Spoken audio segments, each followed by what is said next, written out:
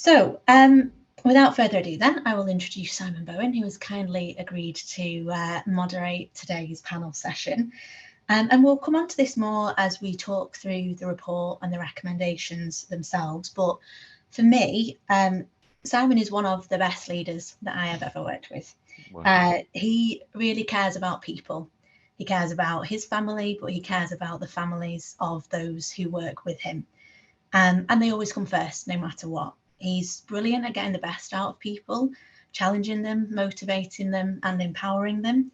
And he actively seeks out the opinion of those around him who might not have the loudest voice around the table, and open to challenge and feedback from anyone, irrespective of seniority. We'll talk about inclusive leadership later on, but for me, this is something that Simon 100% embodies, and it's how he operates and makes visible commitments to inclusive leadership in how he is. So I suppose I should do a little conventional intro as well, but I did want to say that in the context of the webinar, that Simon is currently appointed by the Prime Minister as an advisor on nuclear energy to the government, and he led the Great British Nuclear Sprint phase over the summer, still involved in progressing that through. Previously Chief Executive at Babcock Nuclear, MD at Urenco Capenhurst, and had spent time with BP before that, and also served as a submariner. So I will now hand over to Simon, who's going to run our session today, and just to say thank you very much, Simon, for being part of it and taking the time to support us. Much appreciated. Wow, thanks, Alice. I'm so flattered. That's such a lovely thing to say. Thank you. That means a huge amount. So, wow, how do I follow that? So I wanted to start with a safety moment. I mentioned it briefly to the team that I think a safety moment would be appropriate. I don't know if any of you've seen the press this morning. I am on the council of the RNLI, which is a charity that saves lives at sea. And there was a mass rescue in the Channel last night where tragically 3 people died. I think hopefully it's been limited to 3. Tragically 3 people died in the water, in the icy water, but 30 were pulled out of the water. So there were 43 people on a boat trying to cross the Channel, and the RNLI have become deeply involved now in basically supporting migrants as they get into difficulty, or indeed escorting them across to make sure they get there safely, because they have a principle which says every life matters. We don't care who they are or where they're from. We don't judge. We save them. And what's the safety moment? The safety moment is the benefit of planning.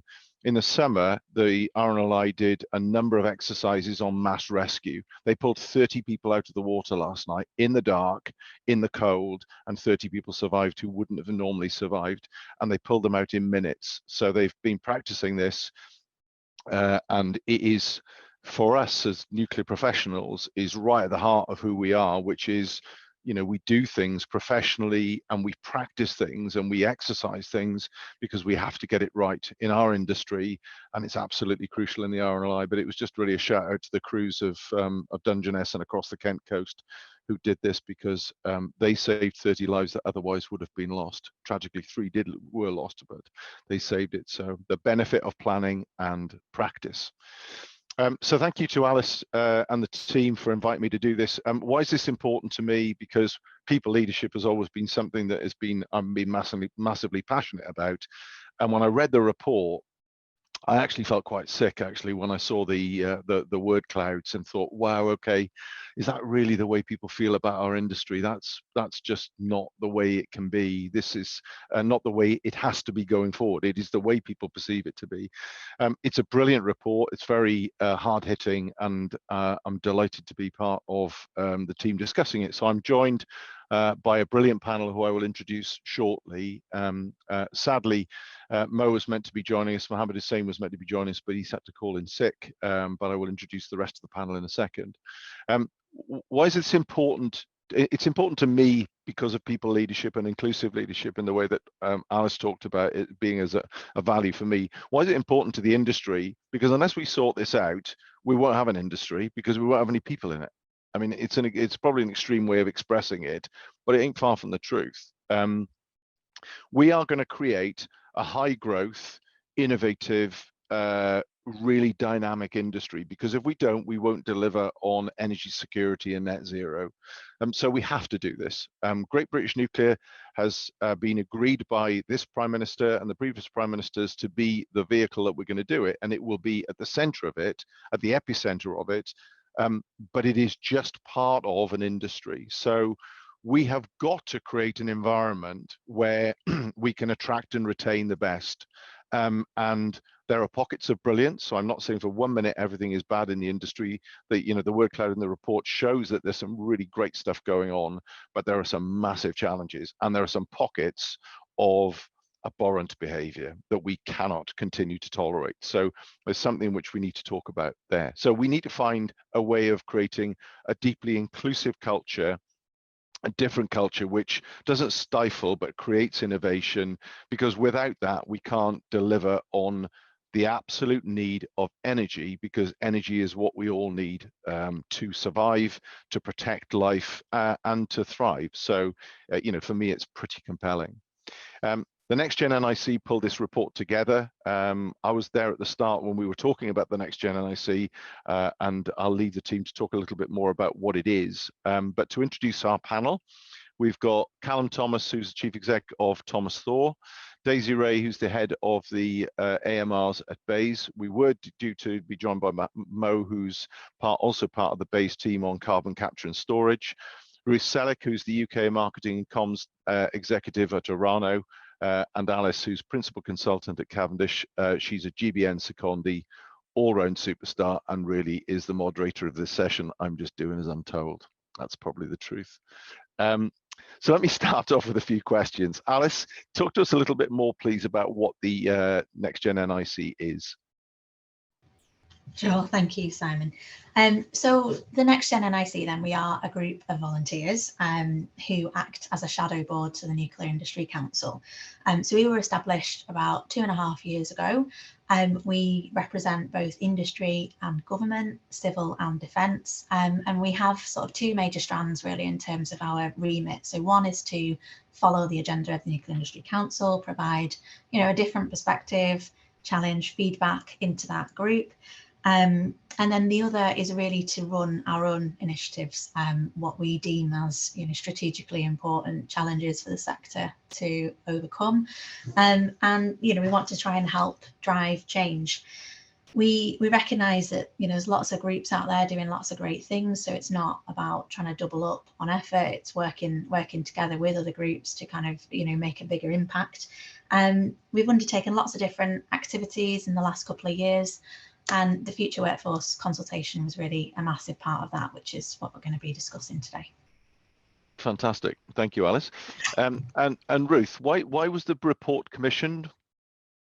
So when the Next Gen NIC was first set up, future workforce was one of the key priorities that we wanted to focus on. As has already been mentioned, nuclear has some really ambitious targets to reach. And in order to reach those, we need people. We need diversity of thought, and we need to make sure that the people who work within the sector are happy, are attracted to the sector, are retained within the sector.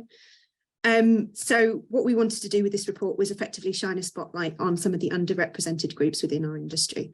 So I think the sector is not famous for its diversity. I think that is something that's pretty widely acknowledged. We wanted to make sure that those who were not sort of currently as represented within the workforce had a voice and had a means of saying, what they like about the industry, what they don't like about the industry, what could change in the future, and how they see that would help to attract and retain people. So effectively, the reason why we did this report was to make sure that people felt that they had a voice. People felt that they could actually stand up and talk about their industry.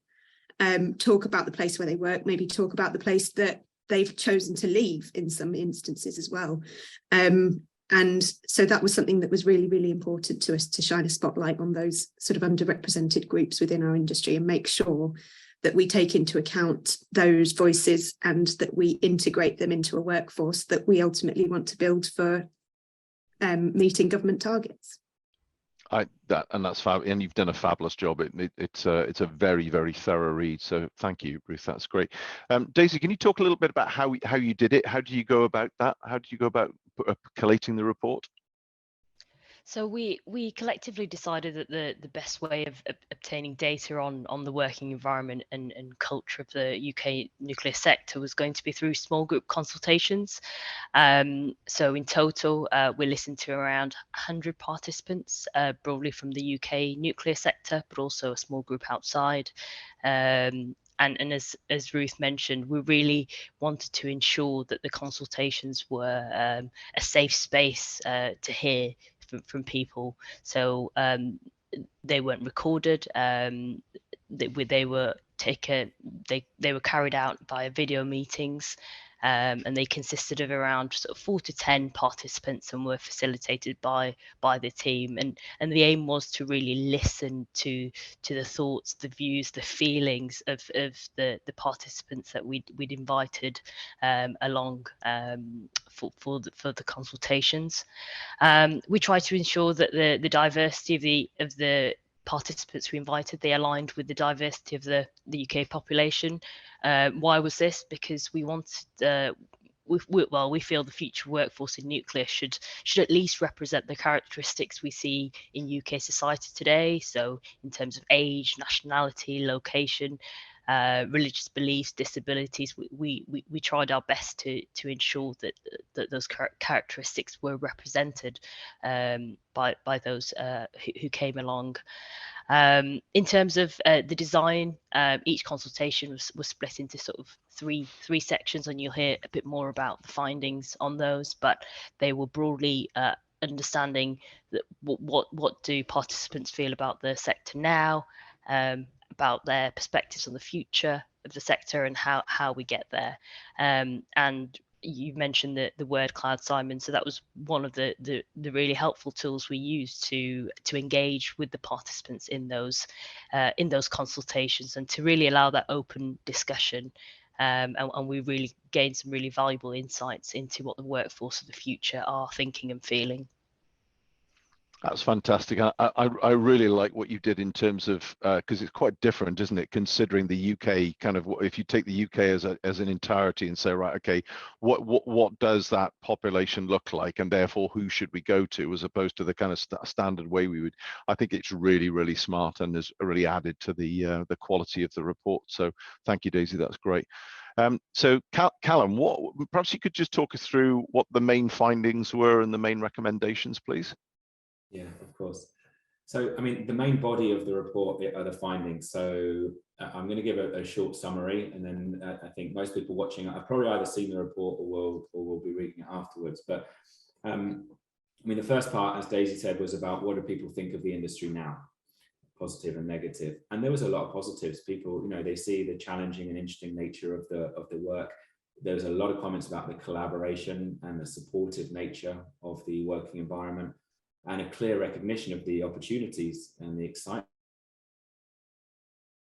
for the opportunities. And there was a lot of positives there. On the negative side, it was, I mean, it wasn't a huge surprise, but people think the industry is slow. People think the industry is old-fashioned. People think the industry is male-dominated and lacks diversity. So probably those are the biggest things that came out. We had a poll question, and we asked people whether they feel they could be themselves in the industry. And this was scored out of 10, and the average was 7.3 out of 10. So on average, people feel they can be themselves, 7.3 out of 10. Now, our sample, as Daisy said, was we tried to be representative of the UK population rather than of the nuclear industry. So obviously, our sample was over-representative of the groups that are underrepresented in the nuclear industry. And there, when one of the findings actually was, although people generally feel like they can be themselves, there was an undertone of people feeling they had to conform. And there were some bold people that had joined in our consultations that were willing to say, I'm not willing to conform, and it's very difficult for me if I don't conform. So it's hard to read, you know, well, I'll come on to recommendations, but one is to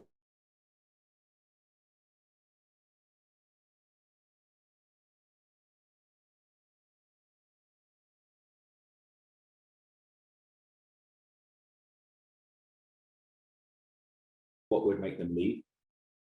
We asked people what we think would make them maybe want to leave an industry or leave an organization. And the overwhelming response, the largest response, was no career progression. If people see no career progression, then they would leave an industry or an organization. If they were not supported, they would leave. If they're working in an environment they felt was cliquey, they would leave. If it was non-diverse and didn't represent the communities that they lived in, then these would be the big reasons why they would leave. So our findings kind of cross-reference, and that's the analysis in the report. It goes on, okay, what do people see now that they like and don't like? What do people want in the future that would make them stay or leave? And how can we cross-reference what exists to what they like, and what exists to what they, what doesn't exist to what they like? And that's what the analysis is in the report. We did have a final poll, which is also in the report, which is how confident are participants in the leadership of the industry, which was 5 out of 10. So not resounding.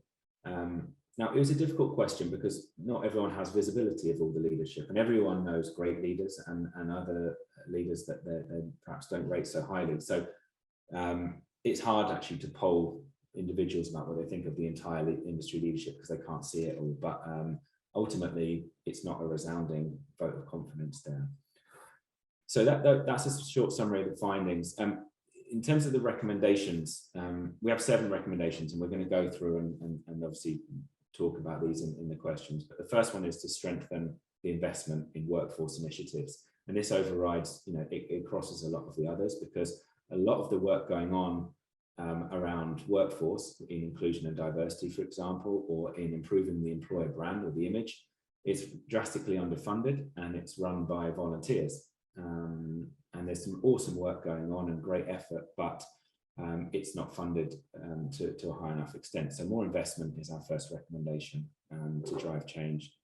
The second one is for inclusivity to become a core focus, and yeah, having accountability, which is the main thing. Having accountability for inclusivity. I think a lot of organizations will think they're doing quite a good job, and there's a big case of it's not us or it's not me.